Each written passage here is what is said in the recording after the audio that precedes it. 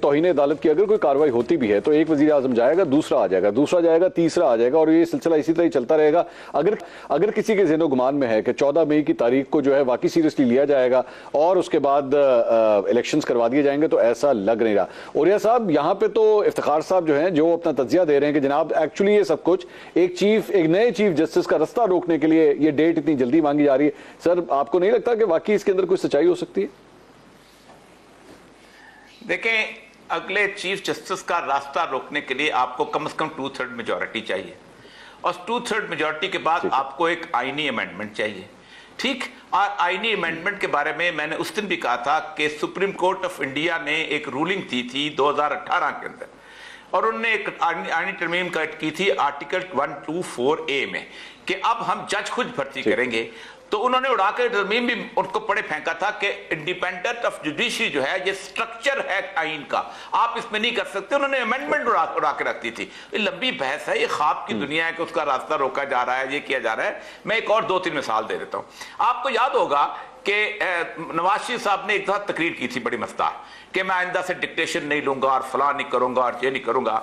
तो सदर के पास 58(2)B होती थी, उन्होंने उनको बरतरफ कर दिया। मजीद निजामी साहब जहां हमारे बुजुर्ग होते थे, उनके पास नसीम हसन शाह साहब बैठे हुए थे, तो उन्होंने बड़े आराम से उनको कहा तुमसे पिटीशन दाखिल कर दो।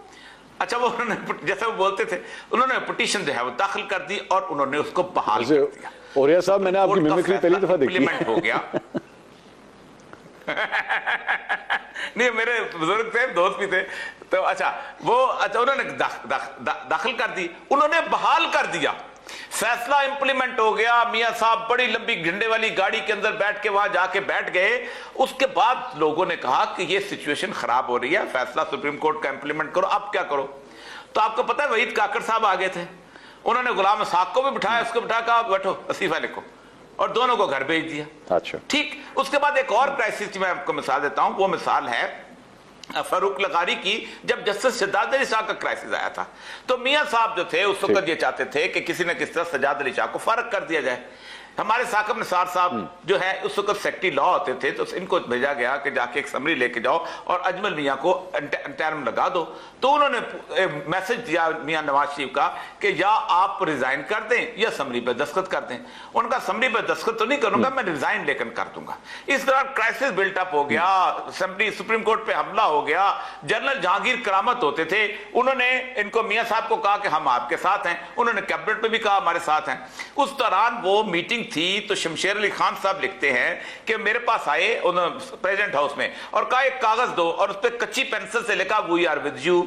अब उनको पता था कि स्ट्रॉन्ग सूरत किस तरफ है, तो जब हमला हुआ तो उन्होंने फौज बुलाई, तो उन्होंने सेक्रेटरी डिफेंस को लिखा कि हम नहीं आ सकते, और उस क्राइसिस में सज्जाद अली शाह भी चले गए और उसके साथ साथ तो कौन थे, फारूक लगारी भी चले गए। तो असल मसला, और आखिर में जहांगीर करामत भी खुद चले गए, मुशर्रफ साहब। नहीं, मैं औरिया साहब, ये जो आप एग्जांपल्स दे रहे हैं सुप्रीम कोर्ट, आप बेसिकली जो एग्जांपल्स दे रहे हैं, मुझे इससे ये लग रहा है आप जैसे कोलैटरल डैमेज की बात कर रहे हैं कि अगर कोई इस तरह की सूरत हाल होती है तो कोलैटरल डैमेज होगा दोनों साइड्स का, ऐसा ही है? दोनों साइड का ऐसा वैसा डैमेज होगा कि हाथ मलते रह जाएंगे फिर उसके बाद, क्योंकि वजह जो है ना, फिर अनार्की आएगी। अच्छा। हंगामा शुरू होगा, वहां से वो होगा। एक बात में याद रखो कि 25 मई में जो उसको हुआ था ना इमरान खान का धरना, उस धरने में उसकी पार्टी ने बहुत कुछ सीखा है। अब ना हम पुलिस में जब हम एक्शन किया करते थे तो हम कहते थे कि यार किसी को मारो वारो नहीं। उसकी वजह है कि एक दफा उसने जेल में मार खा ली ना, तो वापस फिर उसका डर उतर जाता है, फिर वो कुछ नहीं रहता। अब वो 3-4 हजार बंदा अंदर है, आ रहा है, बाहर है, जा रहा है, वो एक मूवमेंट बन गई है, चीज बन गई है। और दूसरे हुकूमत ने भी वही काम करना है। आज जैसे कल परवेज राय साहब का किया, उन्होंने हमारा ये किया, उससे सर एक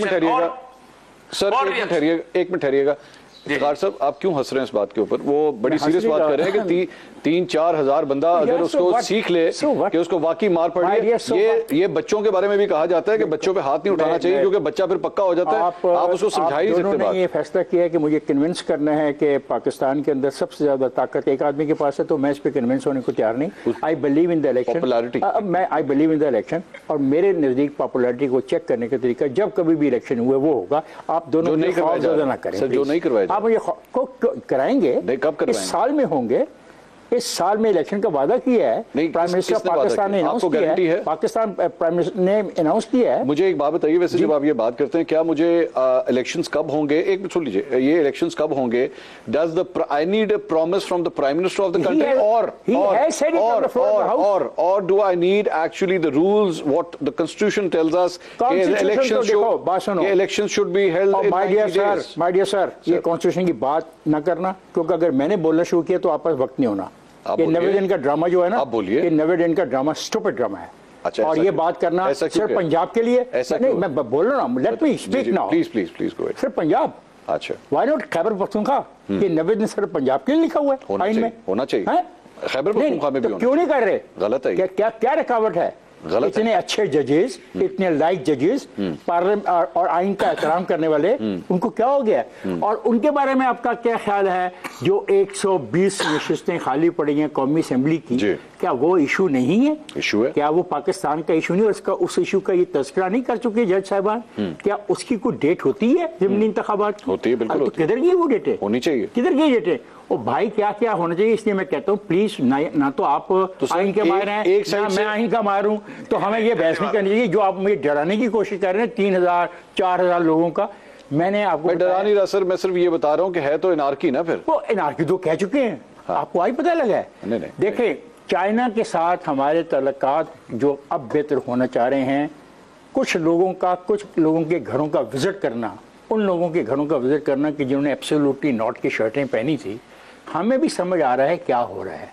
और सिर्फ पाकिस्तान के अंदर अमेरिकी एम्बेसडर फवाद चौधरी साहब के घर गए, खुल के बात करें ना, खुल के बात करें। क्यों सर, उससे क्या भाई मेरी मर्जी में नाम लूँ, कोड वर्ड से क्यों बात कर रहे हैं? कोड वर्ड में नहीं बात कर रहा, मैं एब्सोल्युटली नॉट की शर्टों की बात कर रहा हूँ, मैं एक आदमी के विजिट की बात कर रहा हूँ, और उस दौरान चाइना के साथ हमारे जो नए डायलॉग हो रहे हैं मैं उसकी बात कर रहा हूँ। मेरी एक बात याद रखिएगा, अगर ये आपकी बात से मैं जो समझा हूं, मुझे क्लियर कर दीजिएगा, आपकी बात से ये मैं समझा हूं कि चाइना के साथ हमारे ताल्लुकात ठीक होने जा रहे हैं, लेकिन अमेरिका के एम्बेसडर का, सफीर का सिंध तहरीक इंसाफ के सीनियर रहनुमा के घर जाना इस बात की निशानदेही करता है कि अमेरिका जो है वो नहीं चाहता कि पाकिस्तान के चाइना से ताल्लुकात ठीक। ऐसे ही ना सिर्फ एक दौरा जो किधर गया, वो आपका कागज जो लहरा के आपने पाकिस्तान को, साइफर को, आपने पाकिस्तान के अवाम को बेवकूफ बनाया था, फिर आपने किसके साथ जाके साइन किए अपनी पीआर फर्म्स के?